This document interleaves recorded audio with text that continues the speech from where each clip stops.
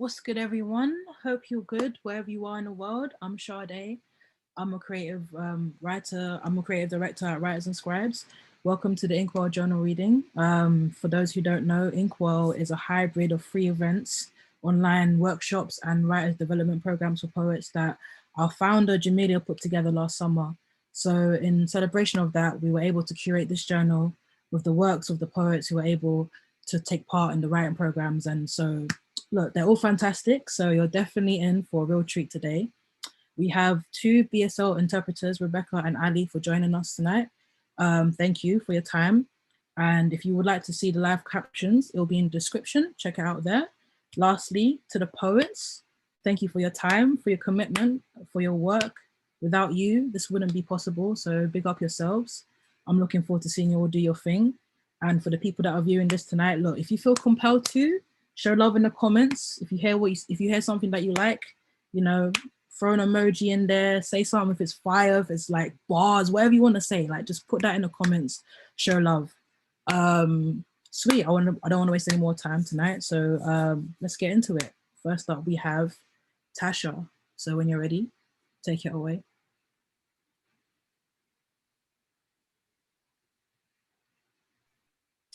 Hi everyone, my name is Tasha. I am from Columbus, Ohio in the United States. And my first poem is entitled The World Asked Me Who I Am and I Replied.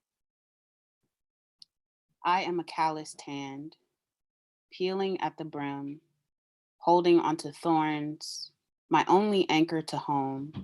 You say I must bleed before I can sit in the flower, before I can see the sky, before I can feel God cry. Why must home be so not in my body, be so above my head?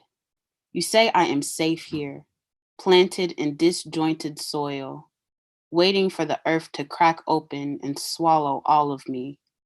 Make me a meal to scavenge. Am I digestible now? Am I more seed than sprouting, or just a hand sowing a dying wish? I am an open palm, letting go of you, free falling back into myself. Home ain't never felt this skin tight, this dermis deep, this brown girl glory.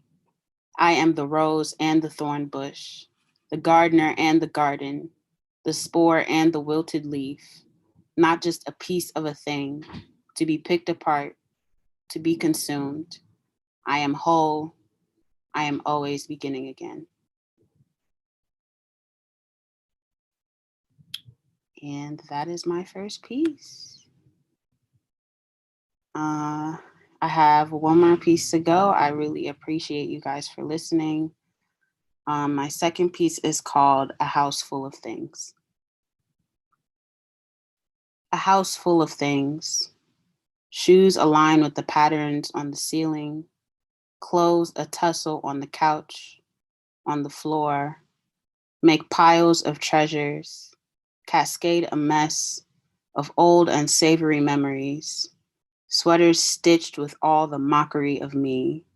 Sweaters I've outgrown, but still hold on to. Confused as to whether I want to shrink back into or burn them, along with the rest of this house full of things I've outgrown, but still hold on to. A kitchen overtaken with dishes that assembled at this table, a table full of gatherings that no one gathers at anymore. It is too crowded in this house for people, only enough space for things, which I have grown to love more than people. Every piece a memory of all the people that are no more.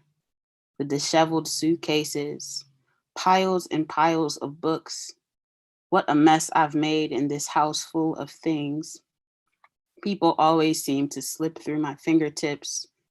They always expire. Things are easier to hold on to. I wait for more people to pass through and leave all their things. Their things become mine too, but I think I need more room. Thank you guys.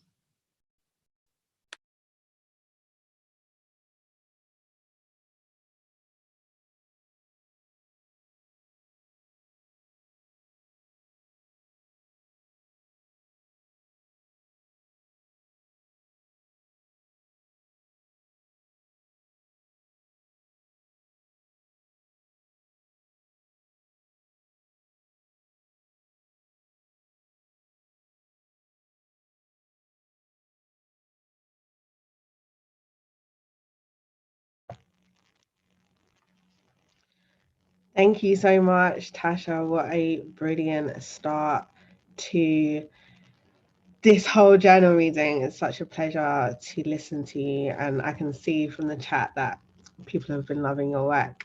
Up next, we're going to have Tiffany. Tiffany, if you could switch on your camera.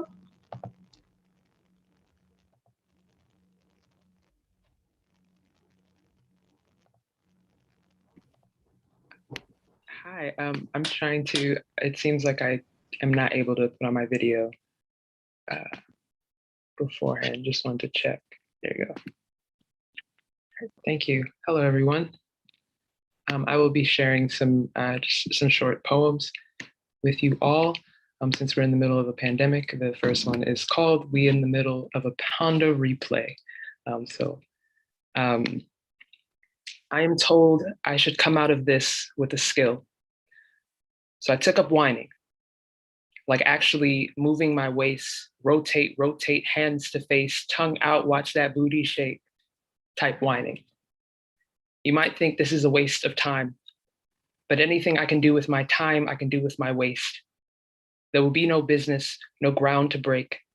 This is the only thing I will master, the only thing I will practice, a good whine and a good waist. Sometimes it's the only thing we can do to get through the day.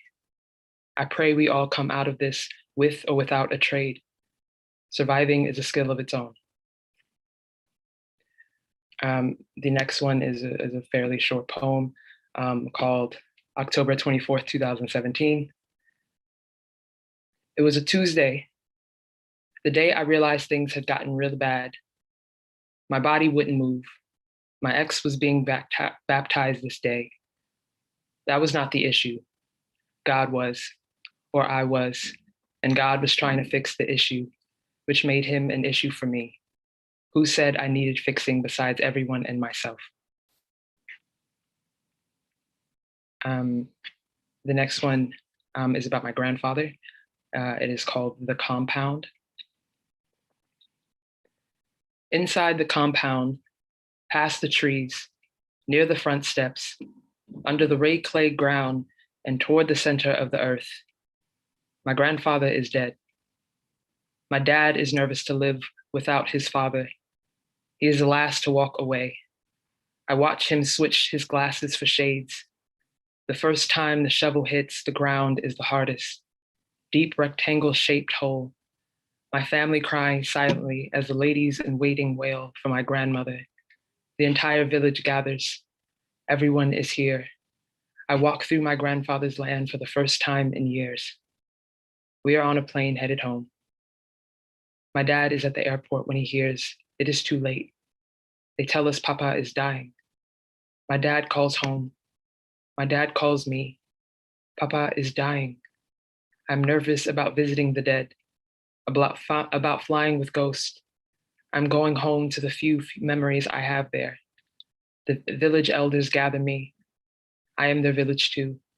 The ladies in waiting cook for me. I am in their care too. We are all crying for the loss of our family. I hold my dad and he holds me. The hardest ground to shovel out of is grief. And then the last one, on a happier note perhaps, is about basketball and about spitting game. So we shall do so. Babe, I play defense, a special form where I guard myself.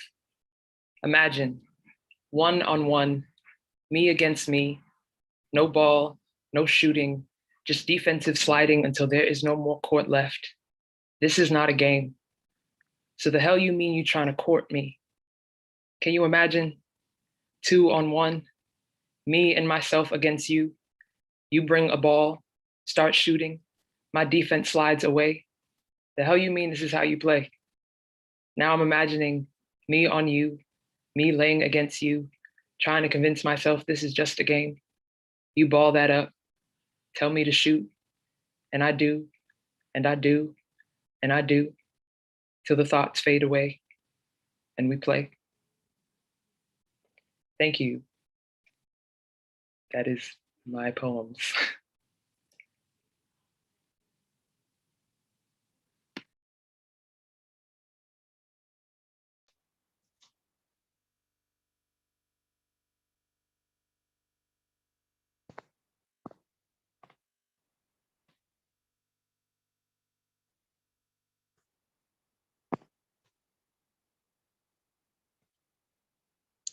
Okay, hello everyone. So my name is Ofem, and this poem is called Kumi.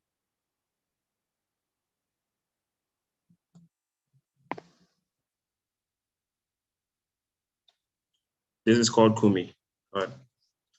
My mother's brother walks with a heart that looks like it was built from vibranium. I dread his presence like the second coming. I dread his presence like the second coming. One day he hummed a song, and the foundations of our house thought it to be their last day standing. Who knew a song could ever sound like a rumble? I spend my day making a list of the things that break men. What crumbles a mountain to mustard seed? Heartbreak, grief, rejection, grief, hardship, debit, depression, grief, grief. I witnessed my uncle melt to tears at my grandma's funeral, how he stood at the altar of the coffin, troubled lips as if mumbling a litany, waiting for the body to respond. God, let this be Bethany. And my mother, Lazarus. Jesus, weep again. Kumi. This one time, I'm thankful for grief, for how it tore the veil. They mystified the hound and made me approach my uncle's presence. No fear, just a sheer righteousness this time. What grief cannot break does not exist. The second poem is called Hyperlink. My granny would call offerings collection. Drop water wheels into the palms of the spirit. Burn it towards the sun. Let the throne room make of your offering what they desire. I have nothing but Okim or Sabo. Childhood Nollywood films return in memes now. We love to see it. Daily, I drink a potion of P squared to appease my nostalgia. Inhale the longing from their voices and tell myself that this bleat, just like the others, will soon be over with.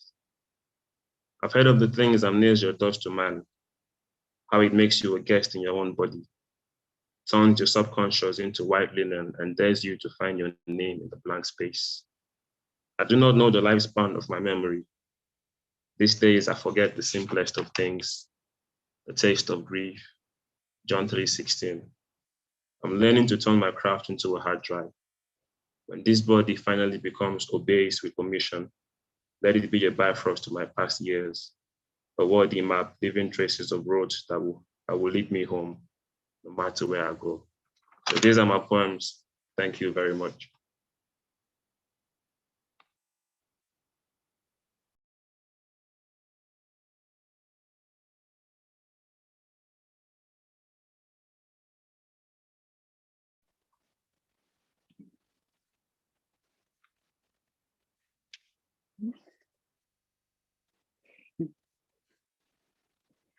Hi, I'm Tasneem Ziada.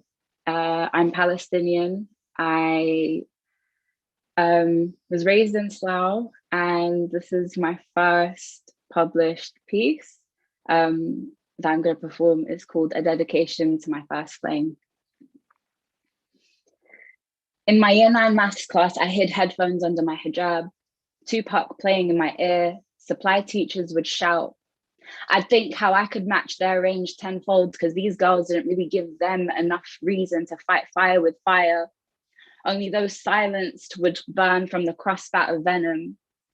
These girls' eyes focused like the snakes they were, pushing me to pull myself together when all eyes were on me. Teachers said I was smart but lazy.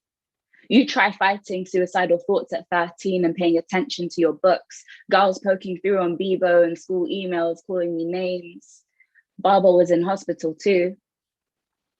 Fighting through loud words became my route to healing.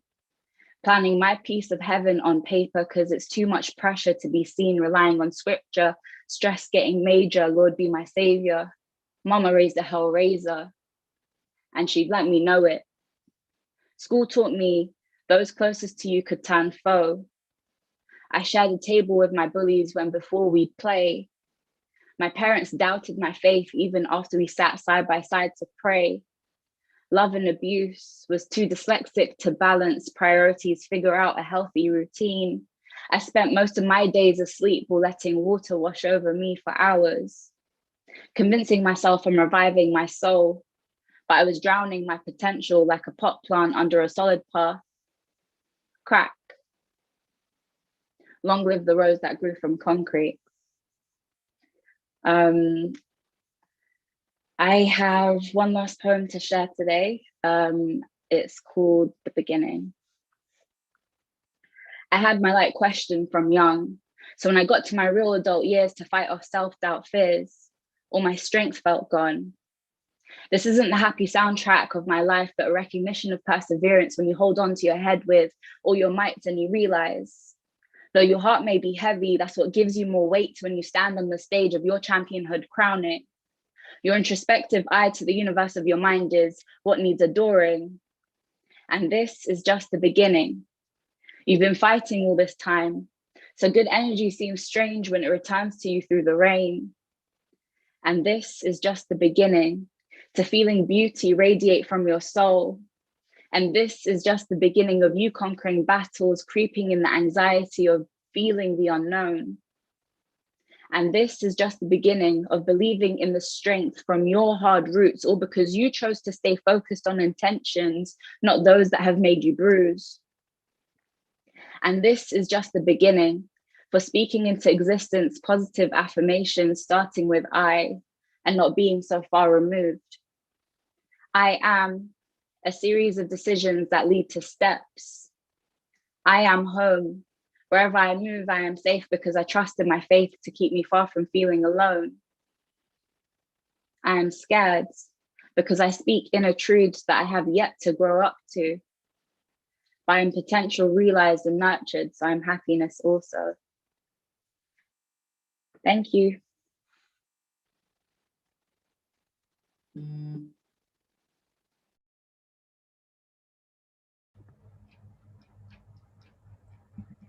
Hi everybody, my name is Kanika and my first poem is called Here Comes the Sun, and I think it's cute and nice and all of those things. Here comes the sun. We hold each other, shadowed by limbs and bed sheets, darkness falling only on the softest parts of me, sunlight stubborn with forgetting. When you wake, thirsty for dewdrops, wordless whispers sinking sighs to clockwork, my mornings dissolve into a teaspoon of honey, a lifetime's worth of work for 12 bees. Little details bloom into moments ripe with your laughter, and for that second, we are wasteful only of gratitude that drips like nectar. Today I learned, bees, spotting a silhouette in sunlight, don't buzz during an eclipse. Imagine this, the diamond ring perfection of the sun. Cosmic anticipation, silence, sticky like pollen on skin, yet another collateral damage of beauty.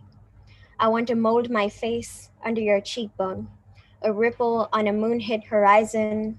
On nights we spend peeling the skyline from our legs, even the stars feel like craters.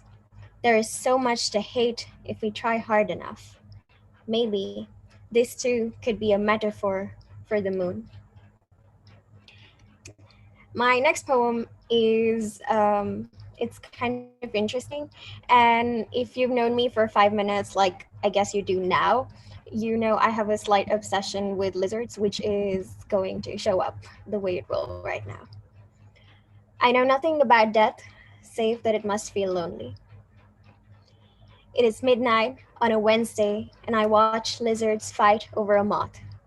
Jaws tense, tails shiver, a feast for survival or honor. In Hindi, moth is death. So the next time I think about a moth's gossamer residue churning in a lizard's belly, it'll be only for this quick-witted curiosity. Imagine this, and just like that, this moment becomes more irony, less tragedy in the folds of language. A pun I sift like bones out of ash. A dead fish looks dead in ways a dead man does not. It is all eyes, bulging white, a catalog of guilt heavy on hands that hold. Man makes a spectacle of death in my country. Mortality a wishbone breaking like tightrope mid-balancing act. Life swirls like a cyclone in the Mot Kakua, the well of death, a gamble of coins and revving engines. Defying gravity is a matter of speed. The smell of burning rubber, a funeral pyre of deaths avoided. As the final surge before dying, fish swim disoriented in rapid circles, the spiraling well of death bruising gills against aquarium glass. I watch. Moth, moth, words too fluid to sever, like seizing wings, like pin bones, like the motion of missed fortune whizzing past. There is nothing so simple as an instant death, life, an upside down escapade, defying applause, gasps, only for time. And my last poem is about a restaurant, which about an hour away from where I live right now in New Delhi.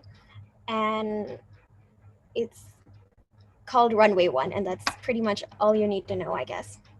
This one's called The Places We Are Not. In an abandoned aircraft, a man opens a restaurant, swapping seat belts for couch cushions, emergency exits for extra seating.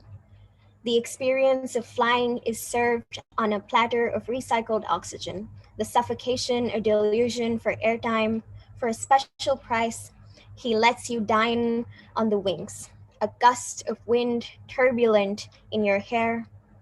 Dreams of flying are measured in clear skies, the expanse a metric regulation for the places we are not.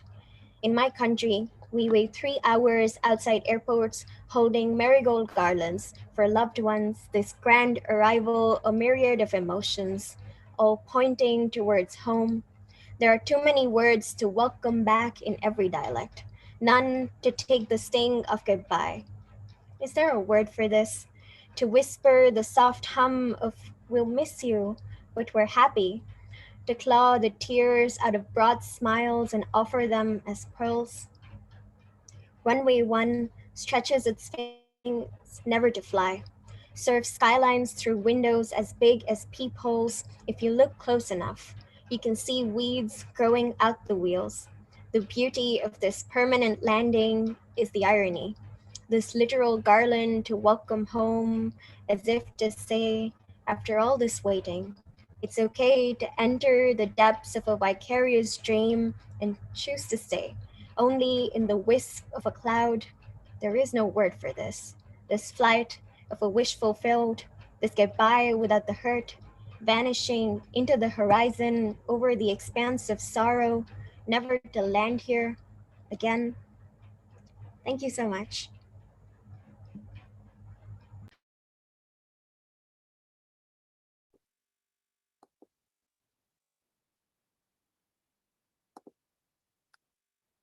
Wow, wow, wow, wow.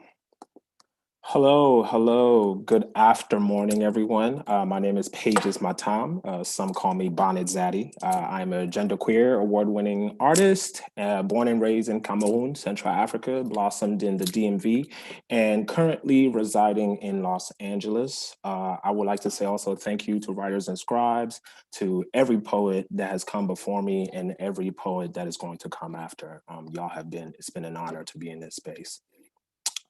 The first piece that I would like to do has a long title, and it's Every Term, a US President Develops Immigration and Customs Entomophobia Due to an Increasing Population of Rainbow Milkweed Locusts.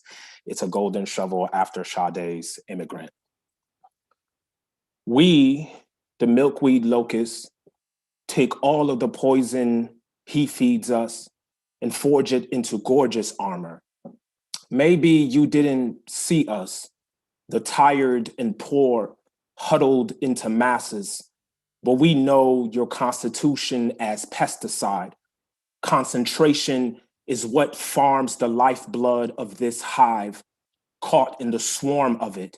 The business of deportation and children for crops was your intent. We are the bone of this wild country, to fuel its very American dream, while we yearn to be more than a buzzing nuisance in the flag's veins. Being Black already comes with a fluency in war, to be othered until entomophobia, the fear of bugs, chance. They are infesting our land and eating our harvest. But who gave you this land? What of the children you looted from him? The rainbow-winged, skin vibrant as a star who now carry his legacy of ghosts without fathers. The dirt won't change the soiled body. When you raid us, it's spray first, but ask for humanity never. Skin is just another wall, didn't you know? The border of privilege and a frothy want to take and take, but we've learned resurrection, to take back all of our pretty.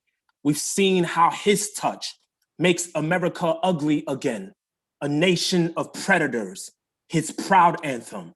But we won't let you, or by God, we will bite every hand. Thank you. This next poem, after one of my favorite heroes in childhood tales, Anansi, and it is called How to Become a Story. 1, they called him trickster, but I imagine at some point he was just Kwaku, born in the shape of an 8-legged promise that little Black boys can grow up to become Sky God or Infinite Tales, bodies folded into a legend as vast as the skin of night and the wet drops of stars slowly unfurling. 2, I imagine every Anansi has an origin story. Goes, a little Black boy wanted to become God, but he had to give up his mother. No one ever asks about Yansia. Story goes, a Black man's wife poured cement from her mouth and a road was paid for him to become God, but she lost her voice. No one ever asks about Asu. 3, but I imagine in this story, Kwaku does not become God. In this story, he does not become a motherless child. In this story, Aso is not a footnote and no one has to die. In this story, there is no madness of ambition. In this story, God is starved from our vastness for cruelty. In this story, Yansia's body is neither prize nor sacrifice. In this story, the only sky to be inherited is your own. And I will end off with this last poem, also a pandemically inspired poem. So for everybody that's currently in a Pamela Anderson, I want to dedicate this to you. On learning the language of loving your own body. Your body speaks in wind, both violent and gentle in a sway that can shatter the soul or soothe the lightning beneath it. So breathe, even in these moments, when it seems like life is missing, but you are no amber. Stay alert to yourself.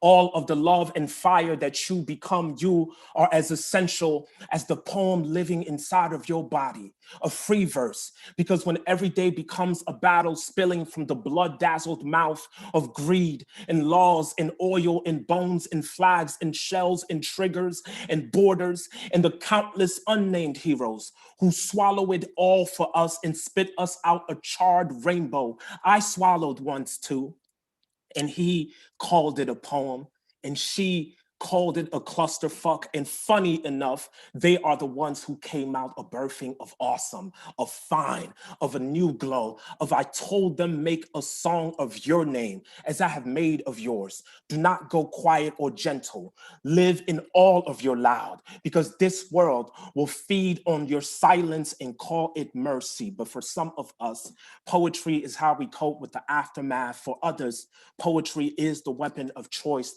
for survival. It is a time machine, a selfish dimension. It is where our intuition goes to grow a garden or just look at the sky and say, wow, I did that.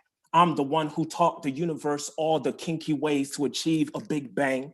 I kissed the sun and said, let me cook for you. So I stirred an ocean full and the earth began to bend over, showed me what it's working with. And we worked and worked and worked until the work became a bouquet of jonquils. Sometimes you gotta gift yourself flowers. Let the buzz of your own touch pollinate your skin with a dance that reminds you why you are still alive and say, wow, you did that.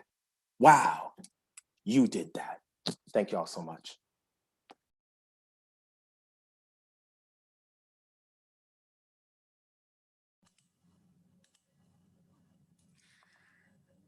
Wow.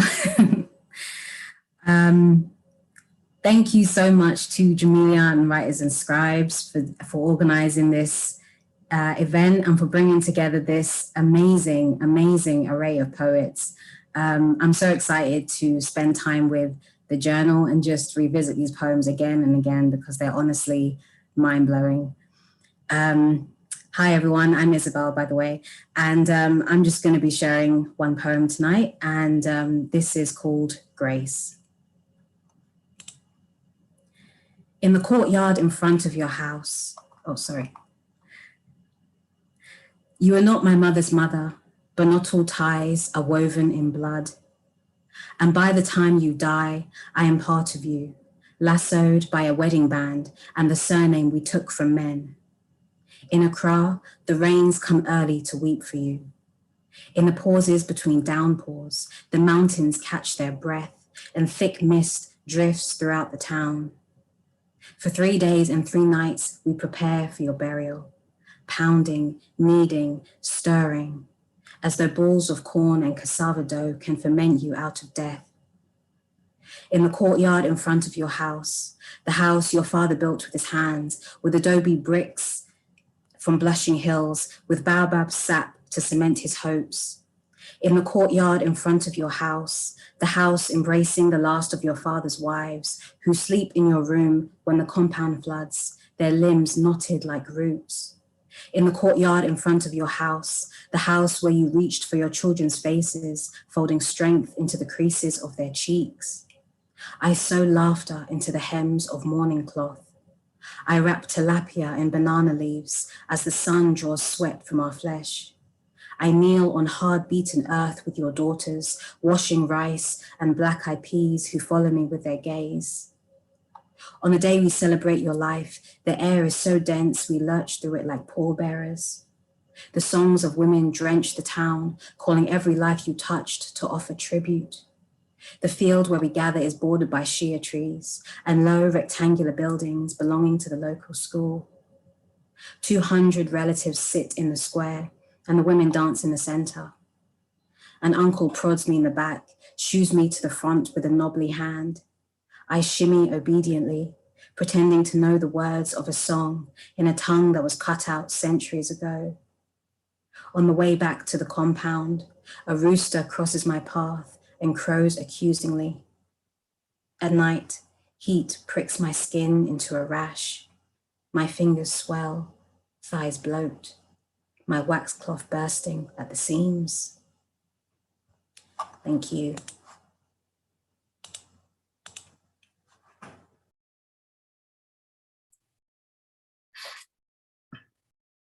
Hi, everyone. I'm Leslie Mcintosh. I'm a poet, clearly. I'm so glad to be in this space that Jamelia has curated. Oh my goodness. I'm coming to you from Jersey City in New Jersey in the US. And I'm so grateful to have had a chance to work with some of these poets last summer. It was so amazing. We all learned so much from each other. And I am going to give to the space too with some poems. The first poem that I am going to read is Moynihan Dreams of the Black Life's Lack. The lack is vibrant. It saves seats for its whole family right in the middle of the theater hall.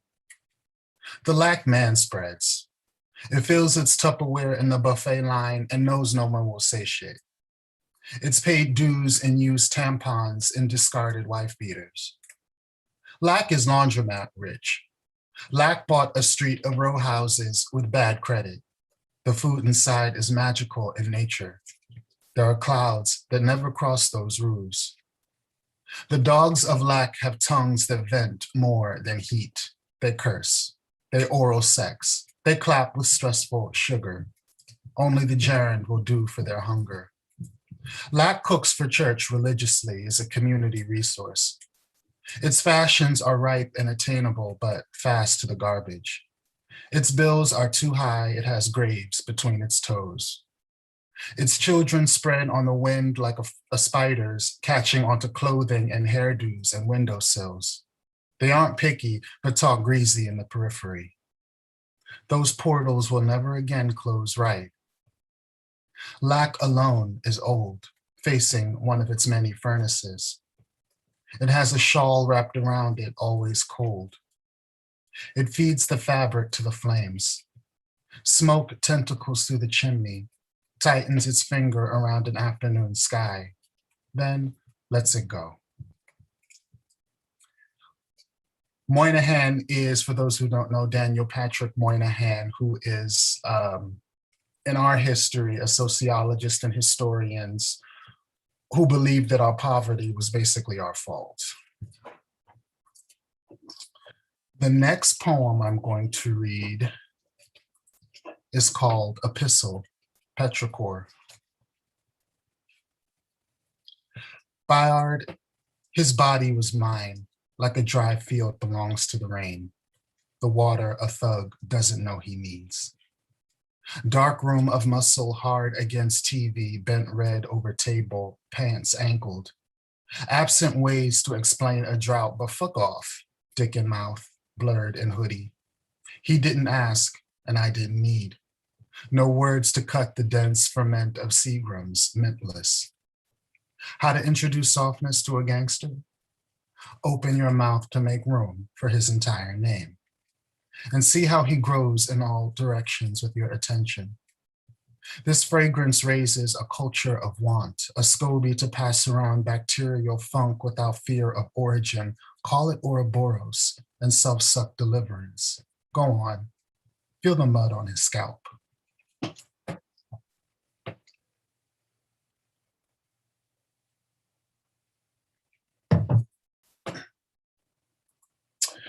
The Bayard in that poem references Bayard Rustin, who is in our history a famous civil rights leader who we don't know as much about as we should because he was openly gay and Black in the 1950s. And my last poem is this one. It's another epistle, I should say. Epistle, to direct one's own behavior. Bayard, is to revolt to accept violence? Is violence a signifier of darker intelligence, or is it primitive recursion? Revolution as ghost, as harrowing bygone movie usher. Can you trust without redefining the path of a well-roaded grace? Is it revolution to remove gluten from diets that were feral in intention anyway? How do I enjoy freedom when outer space is the quickest encroaching consequence of inaction? How do I survive this onslaught of porch lights? How do I make home when it is seemingly a grudge to do so? O thuggish arrival, how is imminence a trend when I am still so certain? A revolution of time zones made violent. A revolution with I so late in it, so laid in it. Bayard, how do I revolt without returning as the undead? Thank you all so, so much. Thanks, Jamelia. Thanks to poets.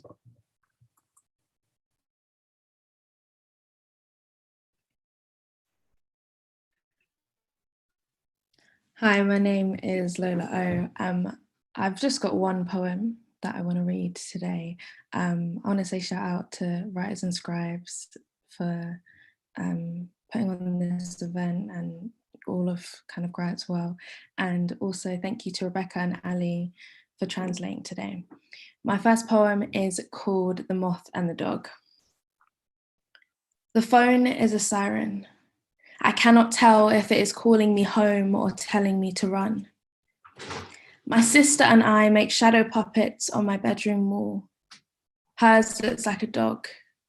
Mine looks more like a moth trying to find the light. The phone is ringing. I do not run. My father's voice on the other end of the line reminds me of breaking mirrors. It is a fragmented reflection of myself. He tells me he has something to say, and from the other end of the line, he becomes a black hole, snatching all light and sound. These days, my mother is a clenched fist.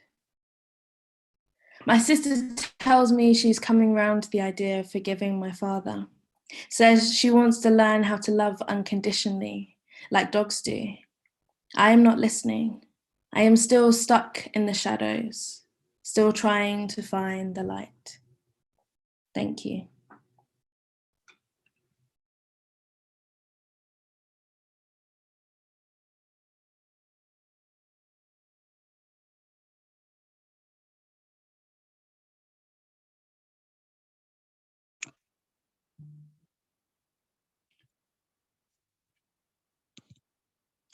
Hi, I think it's me now. This has really crept up on me. That was amazing, Lola, and they've all been amazing so far. I'm really happy to be like in company with everyone here. I'm going to read 2 poems for you, if I can find them. All right, this one's called The Baby. The baby is born too early. It can't breathe or be touched.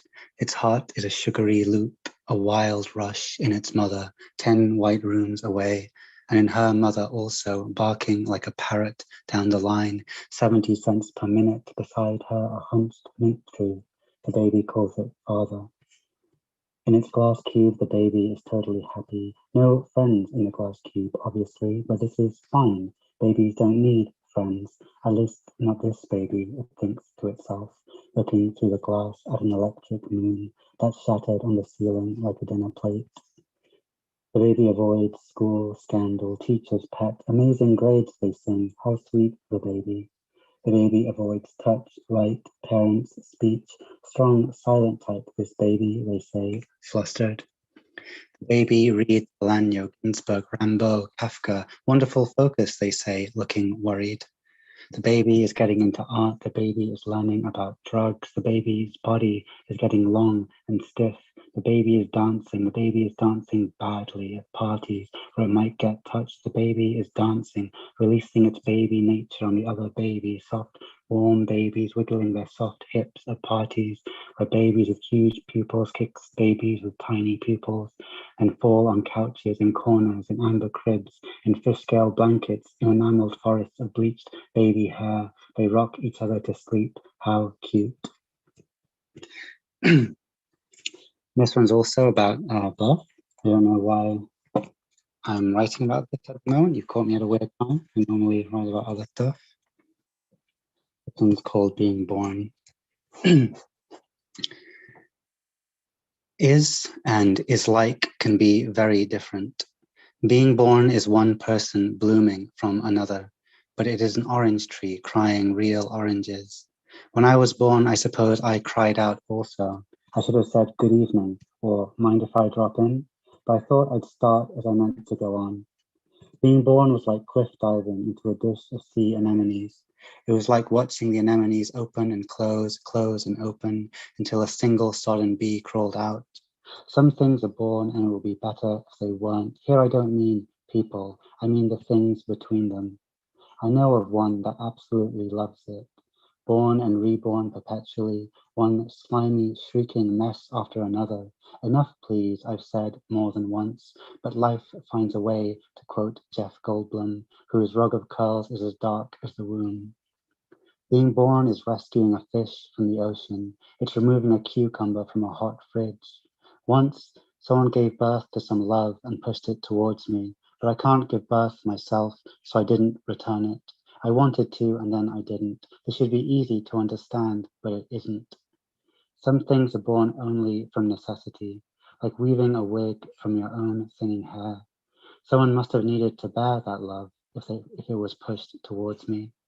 I think now it was meant for someone other than me, someone who's just a little bit like me at the time, and is like can be so very different. So being born is like cracking an egg into a waffle toaster, but it's just a doll with another doll inside it. Once someone gave birth to someone else and put me inside them, but the person I was inside couldn't learn even the basics of loving.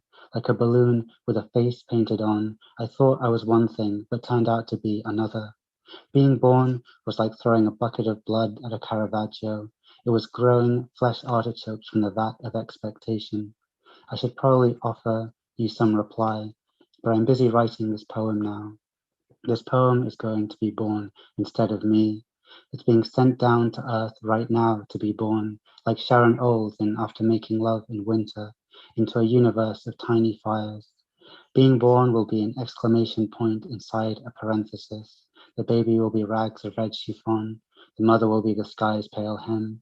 The baby will be vomit in a champagne bucket. The mother will be a cat coughing up the moon. I should reply. I should return the gift. Only now my pot plants are flowering.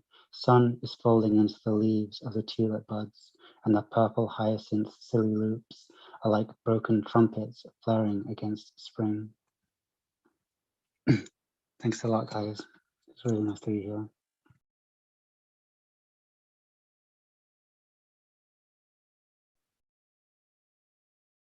Hi, everyone. My name is Ola. I'm going to read you one poem called It's Physics. I came west first, found bleak, sticky clouds over cities. They call them halos here. They named them righteous. They thought they'd asphyxiate a rainbow, uninformed that light waves vibrate. They forgot the body collects kinetic energy and will burst. But they kept knocking and boom, a nebula, an orange brick, flavor of dust, crashing oblique angles. But I insisted on a breath. Pried my lips apart with bloody, brass-ringed fingers to let air exchange, not just take. Not just take. I set the spectrum of light on fire so I could see where to dance the spell on you. Ik heb hem spoortje, is to eenzaam, is to build welke في بحر سألتك وجسمك بقشعر لما تسمع صوتي. I knew the words. I knew the answers before words were spoken.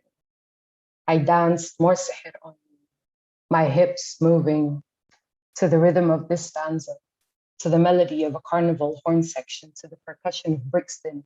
Every new day, I draw moments from 1999 in Technicolor, suspending your own memories, mid-flow, and redeliver. Through a glass prism, a kaleidoscope of perspectives, new refractions for your crystals, which I take.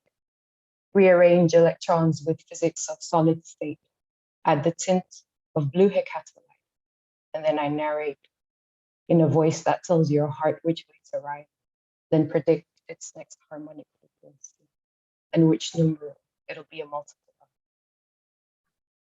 Spelled out, I dance myself away from you and harmonize with my kin. We laugh in megaphone volumes, untranslated, each of us with a sound moving from a new throat, an old throat, a different throat. Binzagri, to synchronize an orchestral smiles. We choreograph the future, transversing latitudes, time, and longitudes. In our arrangement, no one comes from one place. We spoil each other with options to travel into, shining Minelma, Orion to Kennington, Triverginis to Adbara, and trajectories you can't estimate, wavelengths you can't calculate, equations so nonlinear you fail to derive theory, but trust. The beat won't stop, but one of us will make sure it drops. Thank you so much, everyone. Thank you to the lovely poets that put us in this incredible vibe. On to the next one.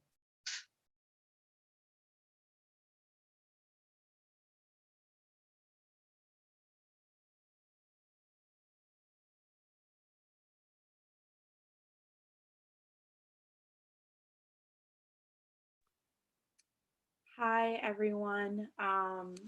Super grateful to be here and to have heard all this work. Super grateful for Writers and Scribes, for Inkwell, for everybody who's in this space. Y'all have no clue.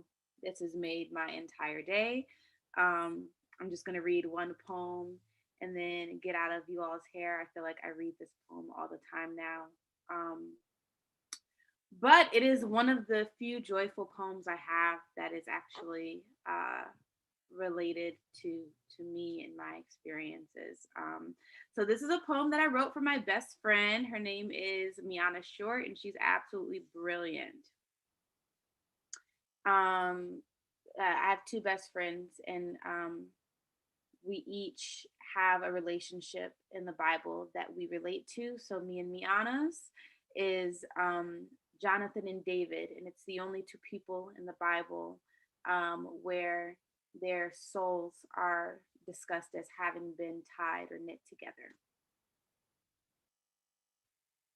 For Mimi, 1 Samuel 18:1, and it came to pass when he had made an end of speaking unto Saul, that the soul of Jonathan was knit with the soul of David, and Jonathan loved him as his own soul. Mimi, how many nights have our bodies curled into each other after our niggas weren't acting right? After red wine, bougie aunties in training, you've held me, my hair tender after I've mixed dark and light, called me in from the edge of cliff after renamed cliff been soother and sandpaper. We fall out, fight, we ride down, covenant sister, soulmate. This is a contract, me tied to you through the distance, states, countries, heartbreak, the distance of becoming different women than we have been. Sometimes I miss you and I drink a Carmenere. I plant aloe, read Romans, Corinthians, laugh at Paul, then marvel at the law to love. I whisper to the moon, pretend I can find Venus on my own, sister. This is deeper than blood. I know I love you because I look to the sky confused by its beauty, but I know you are there.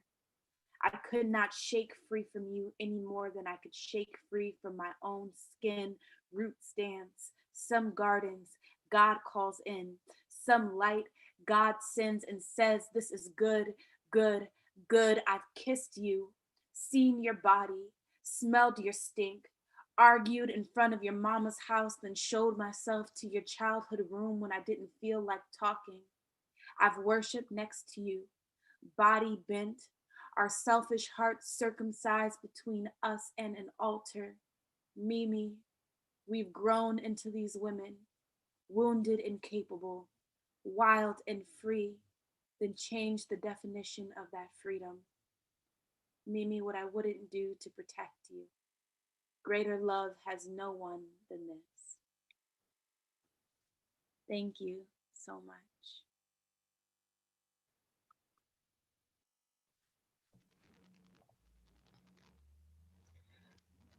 Wow. How did we get here so quick? I am utterly gobsmacked at the level of craft and beauty and words and energy that we've received from these poets tonight. Thank you. Well, it's tonight here, but it might be afternoon where you are. But thank you all so much. I feel really blessed to have provided a space for all of you to be here and to have your work connected forever in this first launch of our Inkwell journal. Since we've got time, you know, I thought I might just read a poem. Is that okay, guys? And then we'll be done, and I will give you where you can find everybody, where you can buy the journal, all of that good stuff. Ajanae set me up really well because she went on like a Bible connection. This is a scripture poem, okay? and it is called Epistles, chapter 1. 1. Jamelia, daughter of summer and slave to her own becoming. To those who were once called precious in the sight of their mothers, may long life be tucked under your bosom. Beloved, although I was very eager to write to you about our common fear, I now find it necessary to contend for the knitting together of wounds that sigh into the distance between them. For harsh words have crept into the spaces meant for love, and daughters have been denied their birthright, who long ago were forced into holding the pillars of their houses, bodies hung like crucifix, designed for brokenness. Now, I want to remind you that arms are meant for more than burdens. Although you once fully knew it, the delicate sweeping of love over shoulders. How long will you carry tension in collarbone? Why do you not believe in rest? For you did not stay within the fences of your own position, but having and leaving the intending dwelling, you now bear the chains of unrecognized darkness. Just as Satan met grandmother, pursued the length of her diaphragm, desired her punished as a template for her offspring, in like manner you defile your beauty by betraying your inner self. I rebuke you. Woe to the woman abandoned in the fields for the sake of another man's bread. Men who hide their destruction in hunger, feast without fear, a colony of empty wells, tender only to their own stomachs, bleeding, cankerous sores of their own shame. It was about these that Ethel, the seventh from Athelia, prophesied, saying, behold, the earth is filled with the scent of decaying men. Loud-mouthed, sweet talkers, full beard boasters, following their own ravenous pull. But you must remember yourself. Build yourself up in the holy truth. Rescue the perishing, snatch them out of the mouth of generational hell, hate even the garment stained with abandoned purpose. Now unto you who is able to find treasure in the wilderness, I present you free in the adorning of your own greatness with a fullness of joy. To the one who reads with understanding, be adventure, passion, fruitfulness, and love. Be it yours today, now, and forever. So that's it. This is the end. I'm going to ask everyone to just turn on their cameras really quick so we can see all of your beautiful faces. Thank you to everyone who made this possible. Thank you to the facilitators, to Leslie and Ajanae and Caleb, who isn't here. Thank you for giving up your time and your energies to provide spaces for community to happen, for poetry to happen, for connection and love and well-being to happen. I am so blessed to even be able to do this. So for all of you that want to know where you can get the journal, it will be on our website for pre-order tomorrow at writersandScribes.org/shop. Follow us on Instagram, follow us on Twitter, talk to us. We're nice people, you know, we're nice people. We will be opening submissions for the next issue of the journal at the end of May. So also look out for that. And yeah, can we all just clap for each other? Just put your mics all on so we can hear you. Beep, beep, beep, beep, beep, beep, beep. Come on. What? Down to Marco. Yes. Fire All on the mic. I'm gonna end the live. So thank you all.